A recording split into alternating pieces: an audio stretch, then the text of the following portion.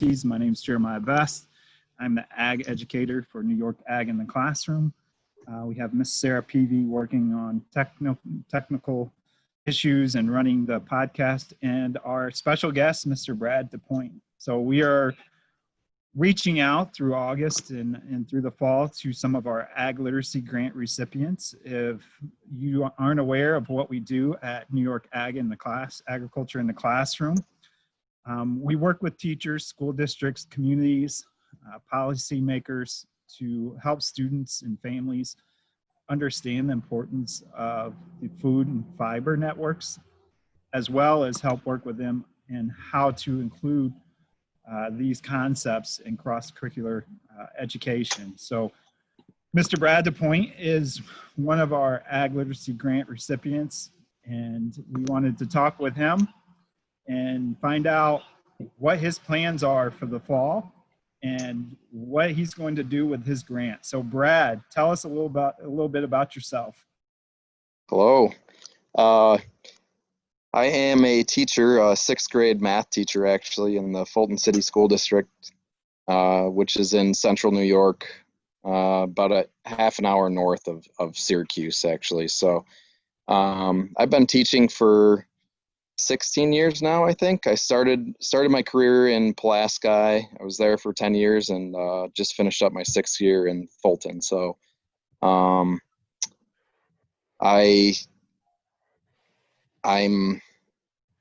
was trying last year to try to figure out a way to incorporate my essentially my hobbies of making maple syrup into the classroom. And one of the ladies that I had worked with through a grant in previous years that the Fulton City School District received, she sent me a link to the New York Ag site. So I was interested, and I started to dig through some curriculum on the maple stuff, and I was pretty impressed with what you guys had to offer on the resources page. So I started using some things in math class, and one thing led to the next, and we kind of started tapping maple trees at our school. So now, is that, you mentioned you do it for, you're passionate about maple syrup and you do it personally. Did you bring it to the classroom? How did your maple program come to be? Yeah, so this whole hobby thing actually started within the schools. My son was in 4th grade, so he's going into 10th this year. But he did a science project in 4th grade based on it. He had to pick something, and we were like, this would be something fun to do. And we had some maple trees in the backyard, and from there it kind of just spiraled almost out of control, because I like to make things bigger productions than they really need to be. So we end up making an evaporator and fab that up at a friend's house, and we kind of expanded our operations. And I figured what a perfect way to bring ratios and rates and evaporation rates and things like that into math class than to actually actually get a hands-on project for the kids. So we did a start to finish production. This year was the first year that we tried it. And we had some challenges. The evaporation rate was we were only boiling off like 1.5 gallons to 2. It was the max per hour. It took a long time to boil down the sap, but it was well worth it. The kids really enjoyed the process. They learned a ton about really the production of maple syrup start to finish. They thought that it was like when it came out of the tree, it was, hey, we're good to go. And they realized that when you're only boiling 2 gallons at most per hour off, and you're sitting on 50 gallons of sap, you're going to be a little while. So that was kind of funny, but they all look forward to coming in and seeing the progress. So So I noticed in your grant application that you identified the boiling time that you had. And I know that we've been supporting you and looking for some used equipment that you could possibly afford and help to identify those things. So what did that build in the students, having to take that time to, put in some work? And this is in math class. So how did that affect Yeah. students? How did that affect parents, the school community? It was a pretty cool experience because everyone really got involved. I had a lot of support from my administrator, and he kind of said, "Yeah, go for it," And when I started this, one of my colleagues was like, "Oh, geez, here we go again. Here's another one of DePoint's crazy ideas." And by the end, she was like, "This was great," but it really built some patience for sure with them, just knowing that excitement too when they go out and collect the bags. And let me back that up. I actually this year applied for the sugaring program. Oh my gosh, what is it called? I'm sorry, I'm drawing a blank here. Yep. So we have the What is your backyard sugar? sugaring contest Yeah, that we offer every year. yeah. And part of that contest, starting this year, we offered kits to a certain number of schools that signed up. So Mr. DePoint So that was one of our kit recipients. yeah, that's kind of how this all got started. I got the link from one of my colleagues, and they're like, "Hey, check this out." So I signed up and got the kit in, and it was great. It was like Christmas opening the box with all of the materials in it, and it was ready to go. You just had to get something to boil with. So I had some equipment from home, and that was really neat to have the kids from the start, from tapping. We actually had to write letters to the neighbors and go ask permission because ironically enough, we only had one maple tree on our school property. So the neighborhood got involved and they let us tap trees on their property, and they were really excited too. So we ended up, dropping off some syrup as a thank you. And they were just excited to see the kids out every day outside checking the bags, and just to see them doing that. Parents got involved with donations.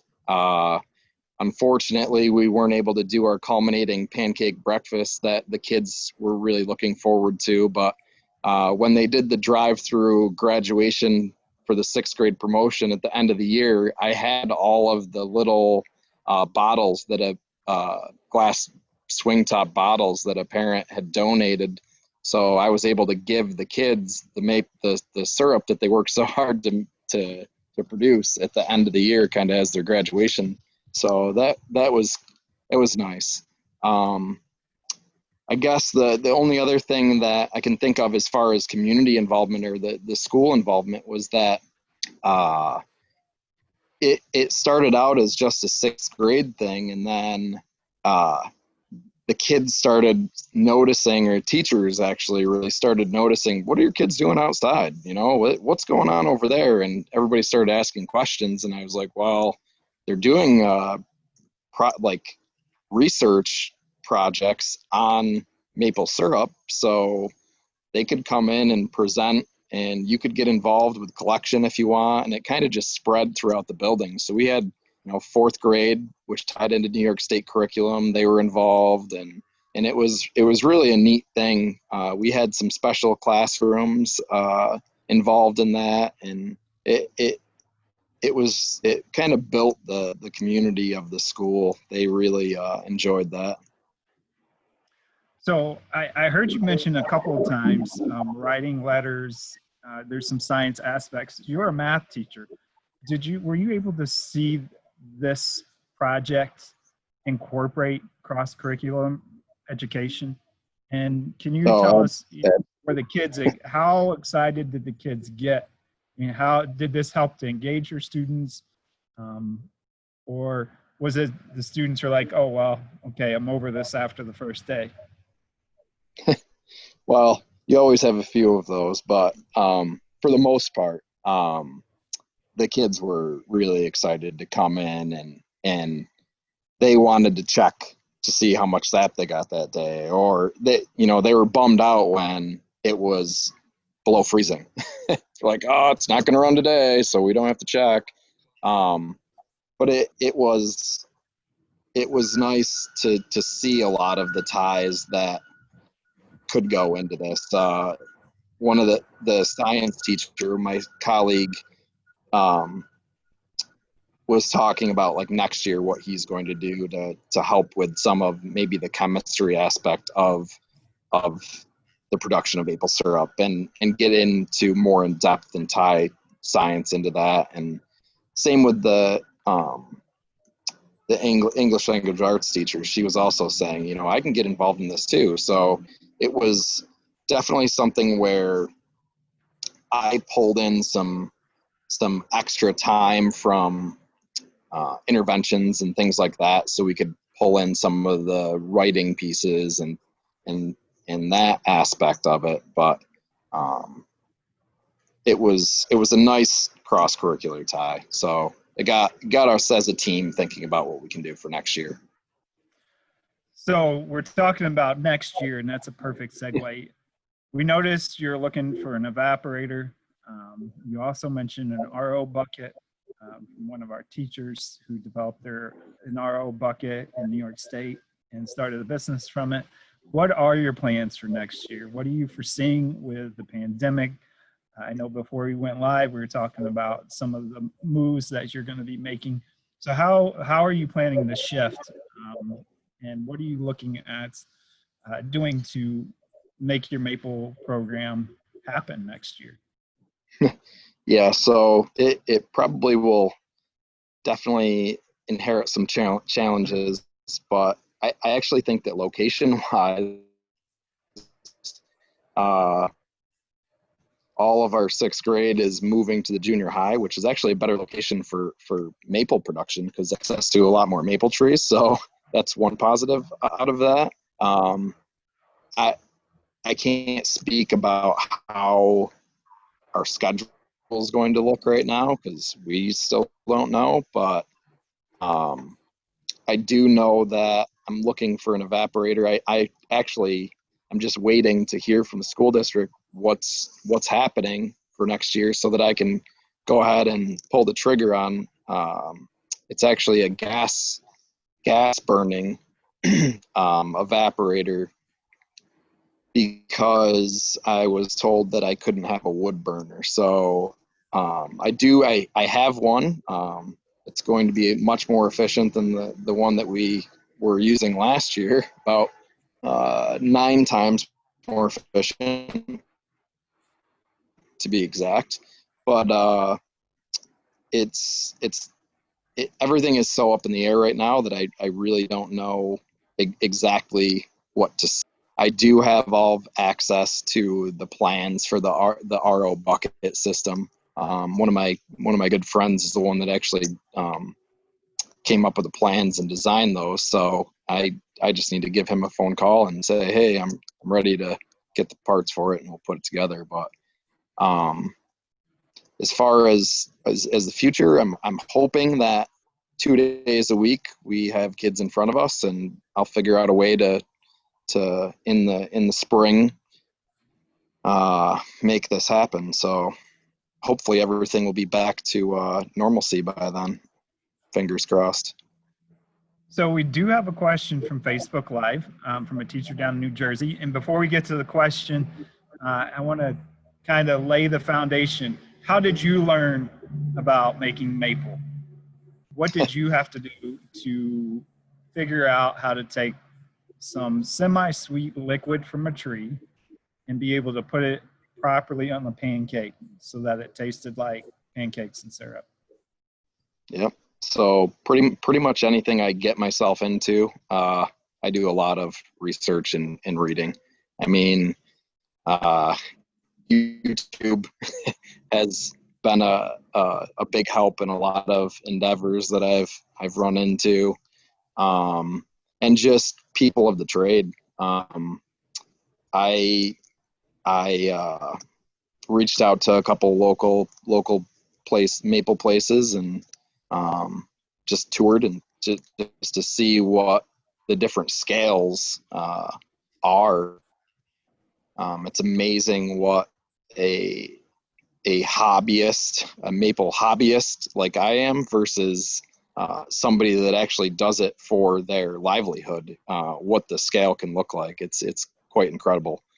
I always have these big ideas to do other, make it bigger, make it better, but at the same time I am teaching full time, so it kind of so I figured, why not just bring it into the classroom? So that's kind of how this started. So I heard from your answer was YouTube. You jumped into it feet first, and you looked for the resources around you, especially producers. Yeah. So when you started reaching out to producers, and from my experience, having started my own Maple program in the classroom, you might be able to support this answer.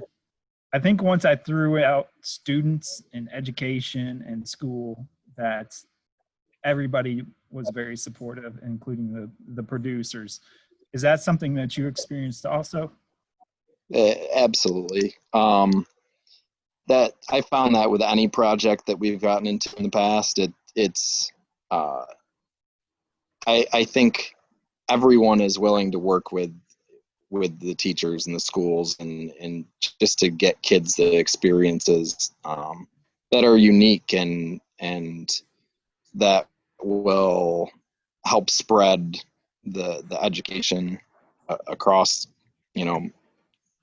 especially local businesses. I mean, the businesses want the kids to know that they're supporting their education, and that's it, they're part of the community. So you're doing maple now. Any other agricultural things you might want to jump into or have been thinking about in the future? As a school, we have a community garden that we try to keep up on. Funny that you're asking that, because I've been trying to get a greenhouse, like a decent sized greenhouse, put in a location at the school, big enough to actually have a class in there. Now I guess it'll have to be twice that size. So, but yeah, that's always been kind of something that I want to do. So down the road, it'll happen.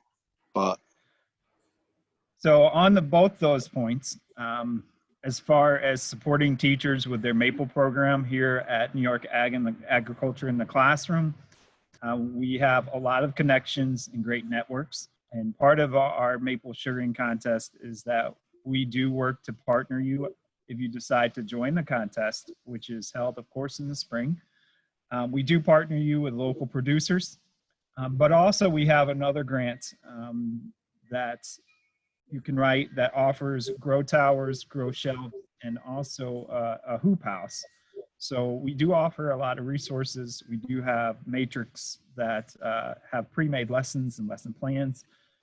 So for those out there that might be looking for those things along the lines with Brad, we do offer those resources. So check us out at New York Ag in the Classroom. Brad, we're going to end up, last question. Yeah. What is your hope in the future? What do you want your kids to walk away from? What do you want to walk away from all this as a teacher? What do you hope to impart with your students, with your work with agriculture, with your work with New York Ag in the Classroom, your work in the community? What are you hoping to see? I really just hope that kids take away from the experience that it's something that they can always learn something. There's always something out there that's new and exciting, and if they can hold that excitement as they're learning. That's kind of what I hope for as a teacher, I guess. And in turn that makes them a better member of the community. And that's pretty much, that's my goal. Well, Love of awesome. learning. Well, thank you, Brad, for joining us today. You were our first Ag Literacy Grant recipient to be interviewed in 2020. Thank you for your time. We hope you have a wonderful school year. We look forward to continuing to support you in your school.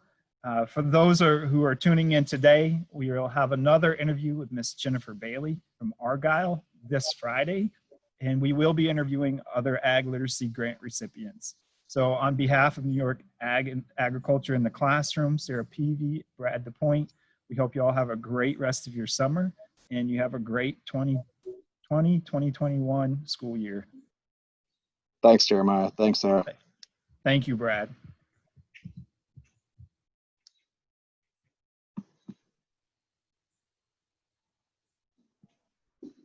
All right. You still there, Brad? Yeah, I hit the video thing. Oh, there we go. Well, thank Yeah, you. thank you. Yep. We No appreciate problem. You know, I was thinking about you mentioned the towers. I got into hydroponics. That was like one of the first, wow, gosh, probably one of the first things I did was Kidwind. Do you remember that? Yes.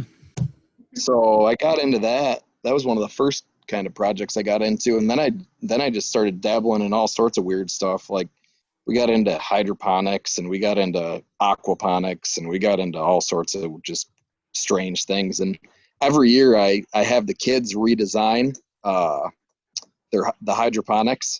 I say, all right, here's what the results were from last year. I said, see if you can make a design that's better.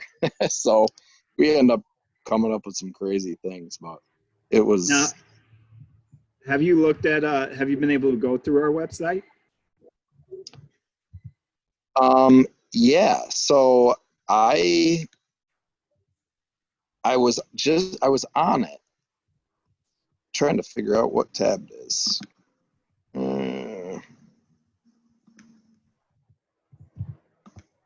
Because I went in, I don't know where it is.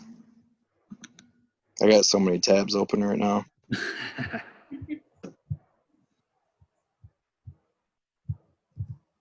I don't see it. So if you go to our website. So you guys have stuff on there?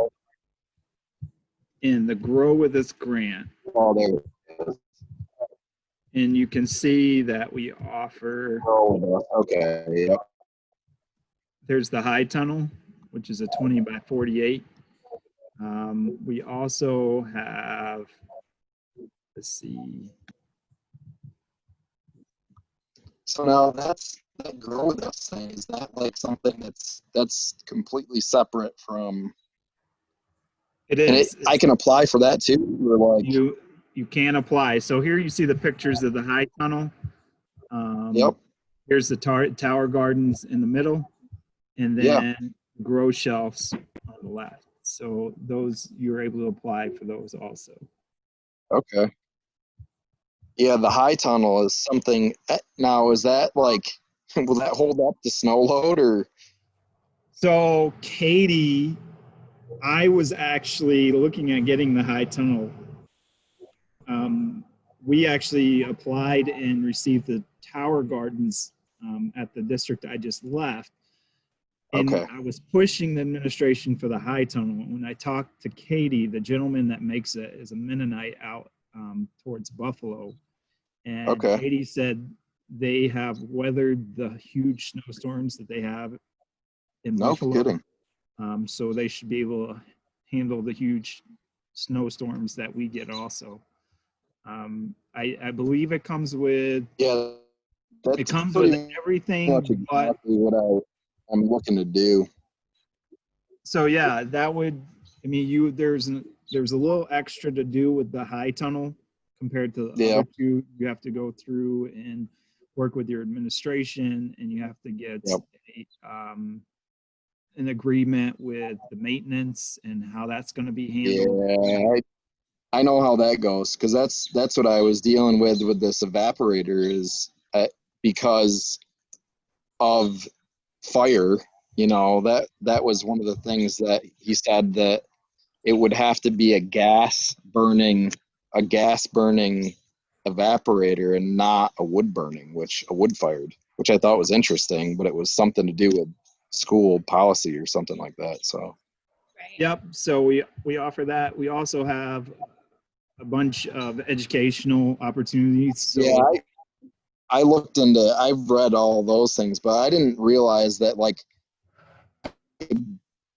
apply for multiple ones. So that's well, and something else that you kind of might look at is we've been working on this cut beef contest with your math class, and you can work across content areas with like your home and science teacher, FFA, English teacher. This is a contest that we offer every year. Sarah and I have just been working on it. It's going to be completely virtual this year. But what they do is we partner with the Beef Council, New York Beef Council, and they have to create so last year was the food truck. They had to create a beef dish that you would sell on the food truck, and then they would have to market it. And there's a lot of math concepts in that. And there's $250 prize for the top. Fulton City Schools received $1 million grant 2 years ago. That was all like STEM related stuff. So I was one of the teachers I took a year out of the classroom to be a part of the grant. It was like That's awesome. working. Yeah, it was a big undertaking. I mean, we had seven different modules throughout the year that was anywhere from Lego robotics to outdoor survival. So it was a wide variety. We had arts and ed come in on one of the things too. So it was kind of a neat thing. It was a very diverse, but one was cooking. So that would be. It's good to know about that though, because you can definitely find something to do for that. And then something else, we have this matrix, and let's just do, I don't know if they have maple, so we'll type in beef. There are a few maple. And as you can see, you have a ton of lessons that are already developed with lesson plans. That's cool. So in part of what we do is we hold trainings. We haven't been able to have these since COVID. We're looking at possibly doing them virtual. We do offer CTLE credits when you participate, so that helps knock those out. But a lot of times we'll bring these lessons into an area with teachers, and we sit down and we go through these lessons and work with teachers how to use these agricultural principles cross-curricularly. So you share this with your co-teachers. You got a bunch of lessons that are already made with resources tied to them, especially virtual going into this fall. If we get locked out again, it's just another resource. Definitely share that out with everybody. Well, perfect. Hey, thank you. Your video should be on our Facebook page, right, Sarah? Yes, it is. There you are. All right. Thanks, and so Sarah. share that out. Share it out through your social media. Or share it out with your superintendents. And what is the Facebook page? What do I search it as? Like, what's the handle? New York Agriculture in the Classroom. Actually, Okay. Let me see. Oh, that's original. All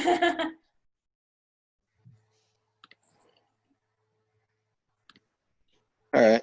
Just even easier. There it is. Facebook.com/NYAITC. Comes up as Ithaca, New York. Yes. Awesome. Well, and enjoy your time up in the Adirondacks. I'm so jealous of that. Gosh. Yeah, I'll try to send you some pictures. Oh yeah, Then next year you can schedule.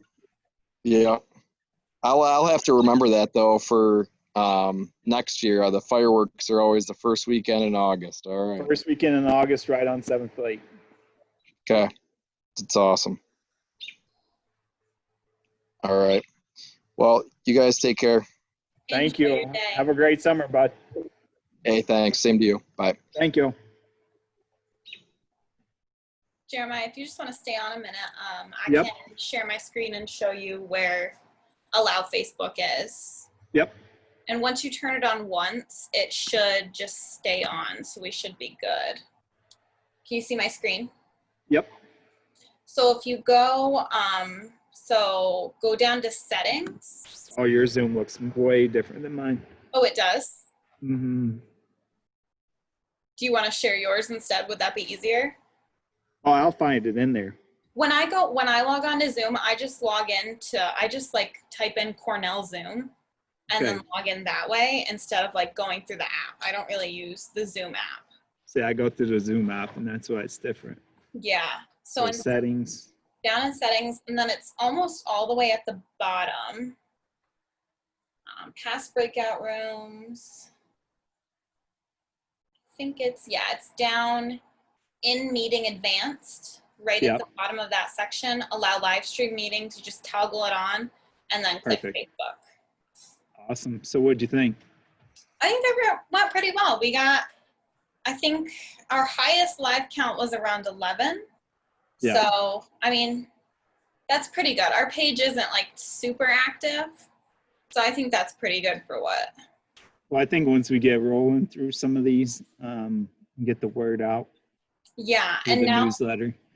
And now that we kind of have more of a set schedule, we can even post a schedule in advance and say like, now that we have confirmations in, we can say this is exactly who's going to be here on this day, and this day, and we're going to learn about this topic. And I think people will get pretty excited for that. Awesome. Well, great. And we'll see you. You're going to meet us in Deansboro on Wednesday. I'm going to try. We'll see if I can, but I'm going to try. Awesome. Yeah, I think we're going to meet at 10, and we're there till about 1. Mm-hmm. So, and you have the address. Yep. Perfect. Well, hey, thank you. Have a great right. afternoon. And, thank you. I'm trying to think if I have anything else. No, I don't. So I know I've been bombarding you with emails with confirmations. So you're fine. But I have been putting them up on the Google Calendar we all share. Mm-hmm. Yep. So, and if just anyone has pictures they want to show from their project, they can send those to me and then we can share those. So. Oh, we didn't get to share a screen. Oh yeah. Oh wow. That's okay. There's always going to be regrets. Our first one. It's our first one. So yeah. I think this is probably going to be the way to go over this next year is these kind of things. So yeah. I've been talking some. I talked to Katie and Sherry about it. You know this area, right? Mm-hmm. So you know the Inlet School. Yep. You know where that is. So that's now inoperable school district. So what we're possibly looking at doing is doing some of the trainings from the school district because they have the space. So getting some of the kits and then being able to spread it out and then maybe mailing some of the supplies to the teachers so they can participate along the way. But I think this is what things are going to look like for the foreseeable future. But I think it went well. But I think it's a new opportunity because usually people wouldn't get to listen to our teachers and what they're doing like this. So I think it'll be good. Well, and the other thing I'm thinking is if we do offer our trainings like this virtually, we might see more attendance. Right. Because you can do it live from your own home. Yeah, and travel costs and. Right. Well, awesome. Hey, thank you. Have a great afternoon. I need to go grab some lunch. All right. Bye. I'll talk to you later. Bye.